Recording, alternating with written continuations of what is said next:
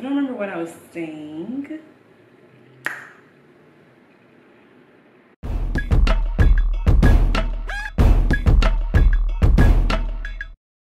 Lights, camera, action. Hey guys, welcome back to my channel. My name is Ijama. I'm a family medicine physician, and today we are filming from my apartment, which this is the first time filming like a sit down video here, and so it took me 20 minutes literally to find the right place to sit. I have like all these different setups. I have like my plant. I was trying to do this like aesthetic background and all this stuff, and the lighting with the windows, I just couldn't figure it out, but we're here now and we got it. And we are ready to get started with this Q&A video. So this is my second Q&A. The last time I did one, I was a resident, and now I am done. I'm married, graduated, and getting ready to start my job as an attending in like a week and a half. Whew, sounds crazy. So I have questions from YouTube and Instagram, and let's just get straight into them. I'm applying to FM this cycle, and I was wondering how exactly call works. Do you work a full day of whatever rotation you're on, and then you're on call until a certain time? I know it's different at different programs, but could you maybe talk about your experience with call and the call schedule? It's a great question, and sometimes people tell you not to ask about the call schedule during your interviews because you don't want to come off as not wanting to work. But I think it's a valid question, and if you phrase it right along your interview trail as you're going to different programs, it can be appropriate. So just so you know, for example, maybe you could just say, I've been doing research on different programs, and one thing I noticed that is very different between them all is the call schedule and when you start taking call as a resident. Could you talk more about that in your program? Something like that. So in my program, we start taking family medicine call in your second year. Intern year, you do call for other services, but family medicine call second year. We had two different services. We had a moms and baby service, and we had an inpatient service. With our inpatient service, you're only on call during your FMS month, your family medicine service month. That month you do 24-hour calls, and you probably do 2 or 3 24-hour calls where you come to work that day and you stay all night until the next morning when the rest of your team might leave. And then we did night float instead of night call on our inpatient service, so you would just work 2 weeks of nights. So our other call schedule, which is our rotating call schedule, which you can be on call a few times a week, that's for our moms and baby service. And yes, it is like working 24 hours. So you go to work, like you'll be on outpatient pediatrics. You'll go see your patients, or you'll have clinic, see your patients, and then you just need to be done and report, be ready to get report by 5:30? I just finished residency, I'm already forgetting. The first 3 months, like of your second year, you have to go physically to the hospital, get sign out around 5:30. So you need to like wrap it up. You probably aren't going to be done with your clinic notes, so you need to hurry up and get over there. Take sign out, and then you can finish your stuff. Like if things aren't crazy, you can get your work done from the day. But yeah, you go straight into your call.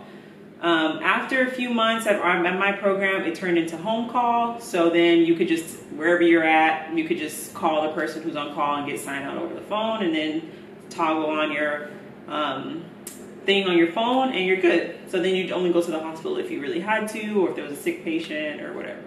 So that's the gist. You have 24-hour calls that were few and far between in my program. As a second year on our moms and baby service, we did 24-hour call.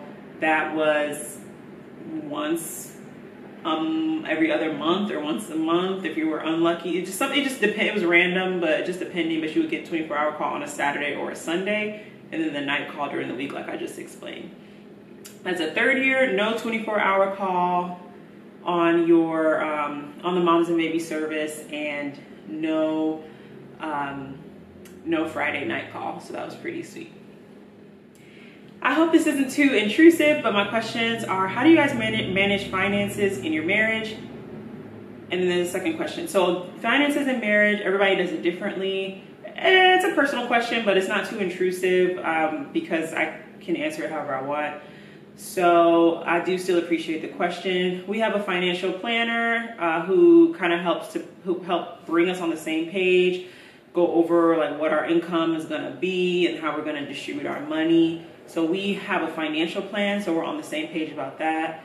And then we have a joint account, and then we also each have our separate accounts. All like we have a joint checking, and we each have our own separate checking accounts too. And we have to have a joint savings account, like if there's overflow from that, and then we each have our own checking account to pay ourselves and have our own spend money that we don't have to talk to the other person about. How did you master the balancing act during medical school and residency? Like, how did you balance your social life, schoolwork, love life, etc.? Oh boy. So I definitely don't feel like I've mastered it by any means, but I did get really good at it. The key for me has been agenda planning. So I schedule everything, and I use my like electronic calendar on my iPhone, like the iCal that transfers between my laptop and my phone. And I schedule everything. If it's not in my calendar, it's not happening. So whether it, like in medical school, if you saw my calendar, I loved it, but you probably like throw up. Everything was color coordinated, like personal stuff, school stuff, studying, clubs, interviews, personal things like talking on the phone. Everything was color coded. So I knew like if there was like a green thing, it was academic. If it was a yellow thing, it was a club or a meeting or something I had to do for SNMA. I was president, I still remember. Or if it was blue, then it was going to the gym, praying, calling my parents. So yeah, every day I use the full day. I didn't sleep. I don't, no sleeping in, except unless it was the weekend. I usually wake up early, do whatever I need to do, go to class. After class, I'm studying. After studying, I'm doing the meeting or volunteering at clinic, going to the gym, whatever I need to do for my own personal time. And then the weekends, I just planned in advance, when am I going to go home? When is such and such going to come visit? If you're talking about your significant other, I was always in long distance relationships throughout medical school or residency. And so it was always weekends. Okay, when are you traveling? When am I traveling? So I would try to map those out. When can I go home, see my family? When can I just have a weekend for myself and not have to do anything? When are we celebrating birthdays? All that stuff was always in my calendar. So that's how I was able to manage everything. I also stopped saying yes to everything and learned to do what I wanted to do. I started just kind of only doing stuff that I actually desired to do and would make me happy, as opposed to just going places just to go or feeling like I had to go, like everybody else is going, so I need to go too. Like sometimes I'm like, all my co-residents are going somewhere, but I need to just chill. Like I need this night. Like I've been working like crazy, I've been busy, so I need this night. I need to clean up because somebody's coming to visit or whatever. So I learned to say no and just like enjoy my me time. Planning is the only way that I've been able to do it. And then also, you have to understand this. So during certain seasons, things shift, your priorities shift. So during certain seasons, you have like a big test, like board studying. Obviously, that is going to take precedent over visiting friends and stuff like that, which is unfortunate in the medical world and path that we have to do that. But there are times where your residency application, it's interview season, like that's going to take precedent over other stuff. Or it's your birthday week, like that's going to take precedent over schoolwork. Like you're going to you're going to Mexico, like you're going to travel, like that's going to take precedent. So your things shift over time. I mean, during different times, you have different priorities. And so that helps too. So like these next 4 weeks, I'm grind mode, like I'm all in, I'm on inpatient, like it's time for me to put the work in. Next month when I'm outpatient, I'm chilling. I'm not going to study as much. I'm going to take a couple trips on the weekend. I'm going to do my vacation request in advance, so I knew when I was going to have extra time off. So that is key. Planning, and then knowing that different phases of your life will take different priorities, different things will take priority. Would you be able to give some insight on how you financially managed being able to take time off between the end of residency and starting your attending position? Were you able to negotiate getting paid before starting your new position? Love hearing your insight during these sit-down chats. Keep them coming. Yes, girl. So the only way that we are able to, both of us, take 3 months off in between residency and attending jobs is because of real estate. So I bought a property during my when I moved to Charlotte for intern year, I bought a condo. So that's where I lived all 3 years.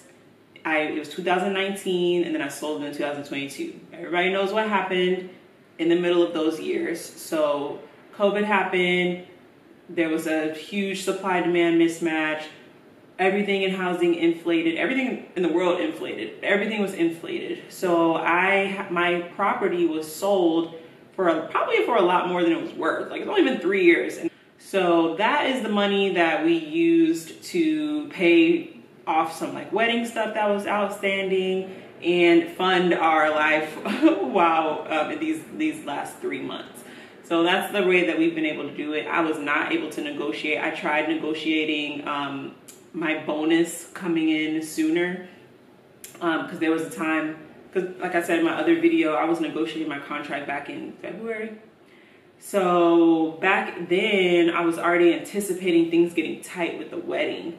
So I was just trying to plan ahead, like, how are we going to pay for these things? Like, things are not panning out.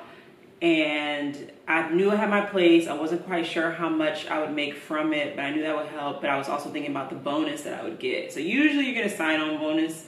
Hopefully you do, or you should negotiate that. I got a sign-on bonus, but in my contract they said it won't be paid out until your first check.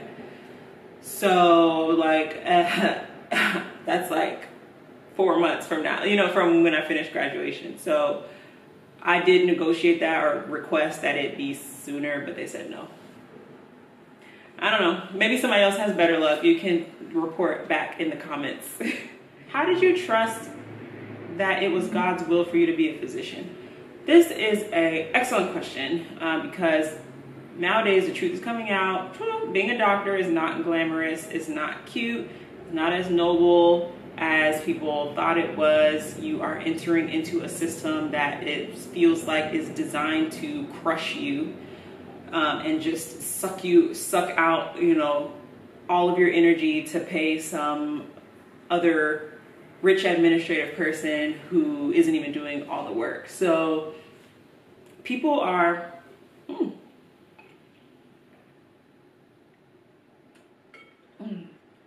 So people are second guessing whether they should be a doctor or not. For me, remember I started my journey, I was pre-med in college. So that was 2011 when I entered into college and declared like pre-med. So it was a long time ago. I knew that I was meant to do something in health and in improving people's lives. The way I knew was because the only thing that made sense to me that in terms of my enjoyment was the sciences, biology, the body. I was just so enthralled with how the body works and how what went wrong when it doesn't work, and why things go wrong and how to get things better. That was something that it was the only interesting thing to me. Like math, I liked it, I was good at it, but like statistics, like I hated all of that. Which, newsflash, you still need that when you're a doctor, but still don't like it. Social, like history, arts, I was never good at it. I'm still not good at it. I hate creative things. Like I try to do some things, but when it comes to creativity, arts, like using that side of my brain, I'm not good at it. I don't like it. I don't enjoy it, to be frank. So I have only ever liked that, sciences and chemistry. I loved chemistry. I actually was going to do pharmacy, but it was just talking to my parents, doing research on jobs online, looking at financial outlook, looking at satisfaction, like job satisfaction, and it just seemed like doctors were more satisfied than pharmacists. And I had a family member who was a pharmacist who complained a lot, and my doctor family members, extended family, didn't seem to complain as much. So that was some of the more practical things. I was like, okay, like, and I can do that. Like, I want to be a doctor. So, and my parents, obviously Nigerian. My dad was like very doctor. Consider medicine, you should be an MD. So I kind of went that path, and I told myself that if I if it's meant for me, like this will not be something that is dreadful. Like it should kind of move along. Like there shouldn't be like a lot of, of course I knew there would be adversity, but I shouldn't feel like this is something that I'm forcing. So as I went along, I mean, things just continued to go well. It was not easy by any means, but it was just, oh, babe.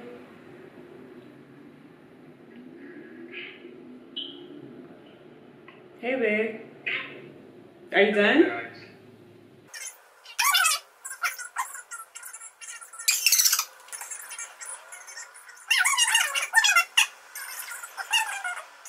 So I guess I was going into it thinking, okay, if it wasn't meant to be, I would start feeling like it was wrong. And I know that that may strike people differently, because these days there's this mentality of, you know, you have to have adversity, fail, you know, you failed 3 times and still make it. And you hear these like crazy stories. And to be perfectly honest, if that was me, I would have looked, or I would have been like, this ain't for me. So because things continue to work out smoothly, I just felt more and more sure that this is what I was supposed to do.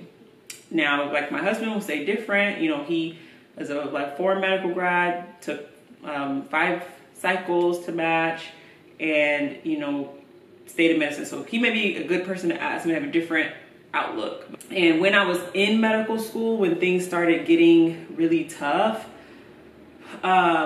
it changed. You know, my desires changed, because I realized how needed I was. My patients would remind me. I would look around the classroom. Social media was starting like to really take off. I was starting to find other doctors on Instagram. Like it wasn't just my friends.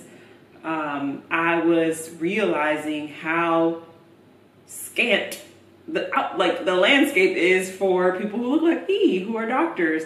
And so it was different. You know, I was more involved in SNMA.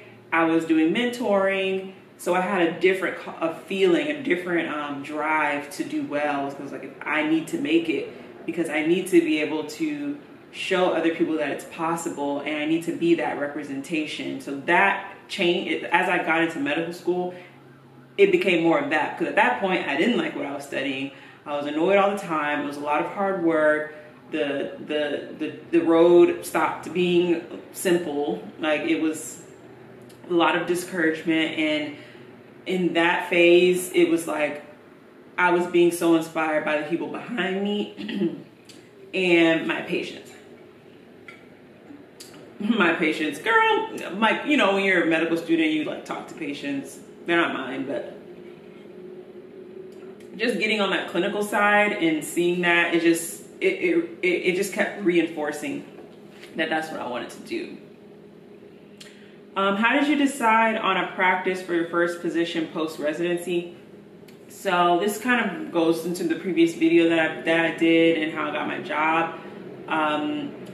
You have to start off by knowing yourself, your personality, and what you're looking for. I knew I wanted to feel the support that I felt in residency. I was looking for something relatively bigger in terms of practice group. There was some opportunities that would come where they would say, you know, there's a pediatrician, and then there's a internal medicine, and then you'd be the only like family medicine doctor. I didn't really like that. You know, I wanted to be someplace where I felt like there was other people like me, like-minded, similar training, people I could feel comfortable with, you know, asking lots of questions to. I wanted to continue to serve underserved patients, but I wasn't opposed to private practice, so I was looking at both. I wanted the opportunity at some point, you know, to do learning, like to do teaching. So that was something I looked for. I wanted to be in the city. Like I didn't want to be so far out and have this crazy commute. Yeah, I mean, that's like the gist. I saw myself going for a larger corporation. That's kind of what I was used to from residency. Just to understand and get more reps, I guess you could say, like in traditional medicine. So I didn't see myself going to like a small partner practice or small like individual private practice. I kind of wanted the umbrella of a big company, good benefits, just so I didn't have to worry about all that stuff right off the bat. Yeah, that's kind of the general gist. And it just started from there. You know, you start doing your searches, you're interviewing, you're getting to know the personalities, and you're getting to learn whether or not you fit in. So that's kind of how I found my practice. And then obviously it's who wants you. So like you interview, but maybe you're not the right fit for what they're looking for. So it's not like I got an offer from every job I interviewed at. So I had to obviously go from like who I got offers from, and make my decision like that. How is marriage life so far? What advice do you have for living with a man? Because I'm dreading it. So that is a golden question. Every time I go somewhere, like, oh, how's married life? So married life is overall great. It is really cool waking up next to somebody who you love. And I enjoy being able to do things for him, like cooking and keeping our place clean, and kind of being like that more domestic traditional woman. I enjoy it. Kind of brings out like this feminine side of me that I usually don't have to have like when I'm living by myself, because I'm the boss of everything. So I have enjoyed married life, but it has been a big learning curve, the biggest part of just living with each other. So you have to make certain compromises, figure out what's going to work for you in terms of the way you live. I am like a picker upper, like along the way, and I'm constantly rearranging stuff, and he's like just leave stuff wherever, and like I'll deal with it on the weekend. I'll clean up and make everything nice again. So at first that was like a big thing. I was just like, oh, like just put it back. Like, is it so hard? Just put it back. You know, obviously that's something that bothers me, but it doesn't bother him at all. So when you get to places like situations like that, you have to talk to yourself and say, like this thing is only bothering me. Like it's not bothering him at all. Like he has no incentive to do things the way I want. So some stuff you're like, all right, like swallow it and just do your thing. Let him do his thing. So I usually am picking up after him and stuff like that. But now it doesn't bother me as much because I've already settled within myself. Like he's doing his thing, I'm doing my thing in terms of how we live. So that was like one learning curve. And then also just your activities, things you like to do because this person lives with you. There's things you want to do together, some things you're going to do separate. He plays a lot of sports, so he'll play basketball or play soccer. And for him, he likes for me to watch him play. But for me, it's like, this is a waste of time. It's like 2 hours or I'm just sitting here and I could be doing something else. So sometimes I watch him play and then sometimes I don't. But that's its own little thing. Cause it's like, okay, he always wants me there. Like, why can't you just like be here with me? And then for me, it's like, well, it's not like I don't want to be here with you, but like, I got things to do. Like, I got to cook for you. I got to like do other stuff. I want to vlog, work on YouTube, you know? So finding the medium there where it's like, okay, like I'm not going to always come. Like I'll come when I can. But, you know, sometimes we're going to have to like do things separately. Like you're going to go play and I'm going to go to Target, you know, or whatever. So little things, that's been another thing to learn, and just knowing that everybody's going to have to give a little. You know, give a little to get a little. You know, it's just nice having like a partner, especially somebody who's in the same field as you, so you guys can, you know, relate on different levels. What else? I cook a lot, so a lot more than I have cooked for myself. The same meal that will last me a week here lasts like 2 to 3 days.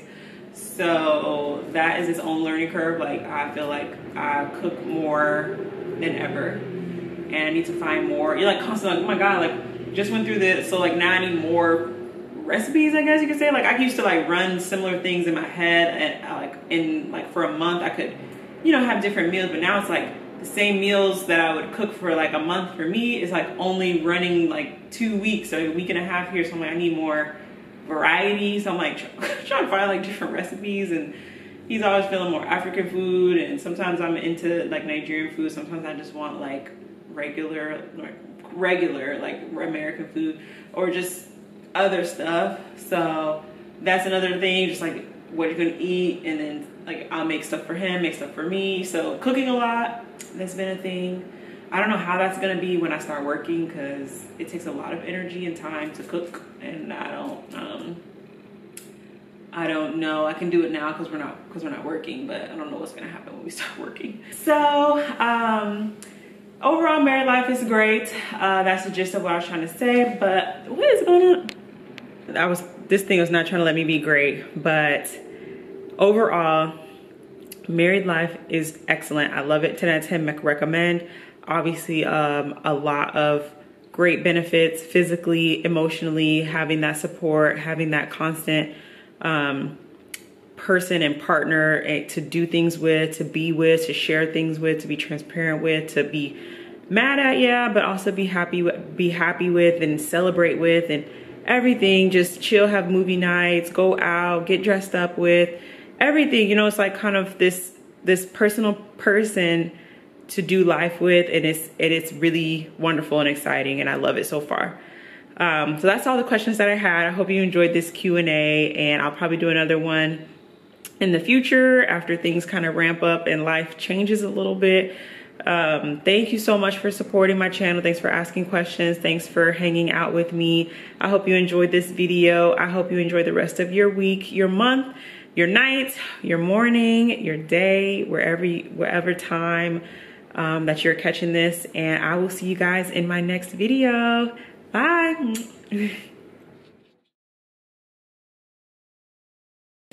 You guys, I just want to emphasize, like, I literally just finished recording that video. I changed, and I'm already cooking. Like, I'm about to make stew and jollof rice for Chris because he's on his way back.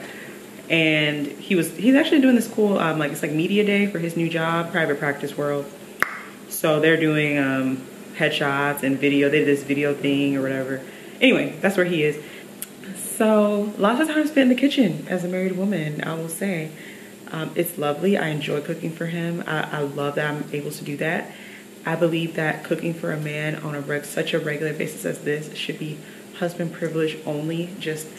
This is not something that I would be doing if we were just dating. Absolutely not. But as a wife, I'm happy. I'm happy to do it. But yeah, just an example. Like, literally just put my camera down. I was like, all right, let me start cooking.